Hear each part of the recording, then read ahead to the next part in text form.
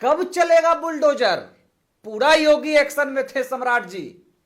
जहां दलित का बस्ती दिख रहा था बुलडोजर, मुसलमान कहीं अपराधी हो रहा था तो बुलडोजर, जादव कुछ कर रहा था तो बुलडोजर।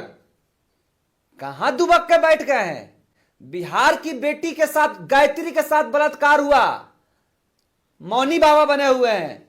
मधेपुरा में हिना के साथ बलात्कार हुआ, मौनी बाबा बने हुए हैं। खगड़िया में दलित की बेटी के साथ बलात्कार हुआ, चुप बैठे हुए हैं। लगेगा कि अब न्याय नहीं मिलेगा सरकार से, उस दिन हम लोग ना उस हॉस्पिटल को छोड़ेंगे, ना हॉस्टल को छोड़ेंगे और ना आपको छोड़ेंगे। इस बात को याद रखिएगा। प्रथम दृष्टि में सबसे बड़ा गुनाहगार बलात्कारियों के बाद तो यह हॉस्पिटल का मालिक है। इसकी गिरफ्तारी क्यों नहीं हो रही? और उसके तरफ से डॉक्टर एसोसिएशन क्या कह रहा है कि निर्दोष से सुरक्षा दीजिए। लड़की के मां बाप को सुरक्षा नहीं मिलेगी, अपराधी को सुरक्षा मिलेगा। बिहार में गर्ल्स हॉस्टल को लाइसेंस देते समय ये क्यों नहीं देखा जाता कि कौन लोग हॉस्टल चला रहे हैं? कि हॉस्टल तो वो चलाते हैं जो बाहर बैठे रहते हैं और यहां किसी को भी दे देते हैं संचालक बनने के लिए। वो कुछ भी करेगा। उसी हॉस्टल में नीचे दारू पीता है, उसी हॉस्टल में नीचे अय्याशी होता है और ऊपर लड़कियां रहती है। ये कौन देखने जाता है? कोई पुलिस देखने जाती है कि गर्ल्स हॉस्टल के नीचे वाले कमरे में क्या होता है? आप कह रहे गर्ल्स हॉस्टलों के लिए भी मानक तय होनी चाहिए। मानक बिल्कुल तय होनी चाहिए। पटना में नीट की छात्रा के संदिग्ध मौत के बाद माहौल बिल्कुल गर्म हो गया है। मनीष जी, इस मामले पर आप लोग जो जांच चल रहा है इससे संतुष्ट है? हम तो पूछना चाहेंगे सम्राट चौधरी जी से, आखिर कब चलेगा बुलडोजर? पूरा योगी एक्शन में थे सम्राट जी। जहां दलित का बस्ती दिख रहा था बुलडोजर, मुसलमान कहीं अपराधी हो रहा था तो बुलडोजर, जादव कुछ कर रहा था तो बुलडोजर। कहां दुबक के बैठ गए हैं? बिहार की बेटी के साथ, गायत्री के साथ बलात्कार हुआ, मौनी बाबा बने हुए हैं। मधेपुरा में हिना के साथ बलात्कार हुआ, मौनी बाबा बने हुए हैं। खगड़िया में दलित की बेटी के साथ बलात्कार हुआ, चुप बैठे हुए हैं। कब एक्शन में आइएगा? सो गए क्या? नींद में है क्या? चलाइएगा बुलडोजर की नहीं चलाइएगा? या आप भी हाथ में चूड़ी पहन लिए, और चूड़ी पहन लिए हैं तो मुरेठा खोल दीजिए और गंगा में प्रवाहित करके राजनीति से संन्यास ले लीजिए। हम लोग को तो जो करना है वो करेंगे। हम लोग अल्टीमेटम दे रहे हैं बस। जिस दिन लगेगा कि अब न्याय नहीं मिलेगा सरकार से, उस दिन हम लोग ना उस हॉस्पिटल को छोड़ेंगे, ना हॉस्टल को छोड़ेंगे और ना आपको छोड़ेंगे। इस बात को याद रखिएगा। तो क्या करिएगा? नहीं छोड़ने का मतलब क्या है आप लोगों का? नहीं क्या छोड़ेंगे? क्या करेंगे? धमकी दे रहे हैं आप लोग। न्याय लेंगे, न्याय लेंगे, न्याय लेंगे। जब हमारा प्रशासनिक व्यवस्था और जो भी गृह मंत्रालय और जो भी अगर सुस्त पड़ जाए, न्याय नहीं दीजिएगा, तब तो हम लोग सड़कों पे उतरेंगे। और उसके बाद क्या होगा इसकी जवाबदेही आपकी सम्राट चौधरी जी और बिहार पुलिस की रहेगी। इस बात को याद पुलिस रखिएगा। क्यों सुस्त है? आप जो आरोप लगा रहे हैं, पुलिस की सुस्ती का कारण क्या है?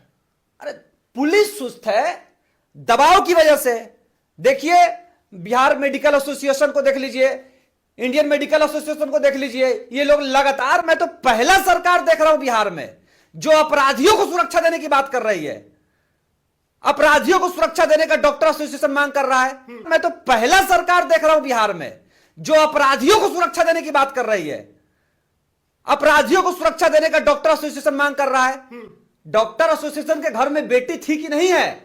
बेटी है, बहन है कि नहीं है? आपकी भी बहन पटना में पढ़ती होगी। अगर उसके साथ बलात्कार कर दिया जाता, तो एक गरीब के साथ, बेटी के साथ बलात्कार कर दिया गया, तो आप लोग अपराधियों के लिए सुरक्षा की मांग कर रहे हैं।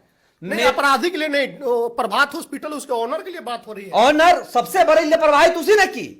अपने यहां क्यों रखे और 4 दिन रख के पुलिस स्टेटमेंट दर्ज क्यों नहीं की? उसके कपड़े कहां गए जिसपे अन्य अपराधियों के निशान थे जब उसके साथ बलात्कार हो रहा था? तो प्रथम दृष्टि में सबसे बड़ा गुनाहगार बलात्कारियों के बाद तो यह हॉस्पिटल का मालिक है। इसकी गिरफ्तारी क्यों नहीं हो रही? और उसके तरफ से डॉक्टर एसोसिएशन क्या कह रहा है कि निर्दोष से सुरक्षा दीजिए।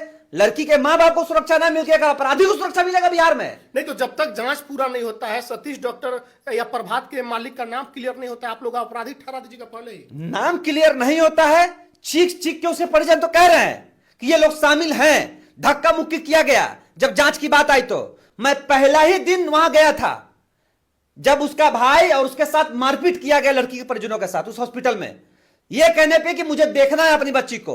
और जब आखिरी सांस गिर रही थी तो उसको मेदांता हॉस्पिटल भेज दिया गया। ये पूरी साजिश के तहत और हॉस्टल और हॉस्पिटल दोनों के साथ गांठ से यह बलात्कार की घटना हुई है। एक ने बलात्कार किया और उसने छुपाने का काम किया, इसीलिए उतना ही दोषी। अगर हॉस्पिटल पे ताला नहीं लगा और नहीं गिरफ्तार किया गया डॉक्टर को, तो सड़कों पे छात्रों का एक जन सैलाब उतरेगा और उस जन सैलाब के शिकार उस हॉस्पिटल होगा और वहां के लोग होंगे। इस बात को आप याद रखिएगा। क्या चाहते हैं आप लोग, किस तरह का न्याय चाह रहे हैं? जो न्याय आज एक को न्याय देने से थोड़ी होगा, कल फिर हॉस्टल में घटना घटेगा। आखिर बैंक का सीसीटीवी कंट्रोल, ज्वेलर्स के दुकानों का सीसीटीवी कंट्रोल और अन्य चीजों का जब सीसीटीवी कंट्रोल एसएसपी ऑफिस में हो सकता है, तो गर्ल्स जहां छात्राएं रहती है उसका सीसीटीवी का एक्सेस पुलिस के पास क्यों नहीं रहेगा? क्यों नहीं रखती है पुलिस अपने पास?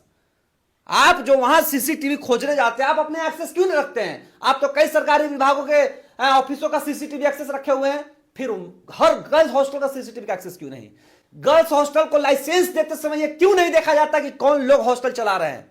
कि हॉस्टल तो वो चलाते हैं जो बाहर बैठे रहते हैं और यहां किसी को भी दे देते हैं संचालक बनने के लिए। वो कुछ भी करेगा, उसी हॉस्टल में नीचे दारू पीता है, उसी हॉस्टल में नीचे अय्याशी होता है और ऊपर लड़कियां रहती है। ये कौन देखने जाता है? कोई पुलिस देखने जाती है कि गर्ल्स हॉस्टल के नीचे वाले कमरे में क्या होता है? आप कह रहे गर्ल्स हॉस्टलों के लिए भी मानक तय होनी चाहिए। मानक बिल्कुल तय होनी चाहिए।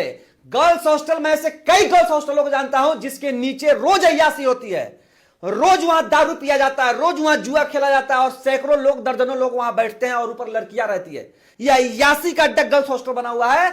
अगर पुलिस चौकन्ना नहीं रही तो कहीं ना कहीं फिर यह घटना होगी और फिर कोई गायत्री शिकार बनेगी इस पटना में। याद रखिएगा आप इस बात को। चलिए, तुम्हारे साथ छात्र नेता मनीष थे, उन्होंने अपनी बातें रखी है। इनके बातों से आप कितना सहमत है कमेंट में जरूर बताइएगा। वीडियो अच्छा लगे तो शेयर कीजिएगा। बहुत बहुत धन्यवाद।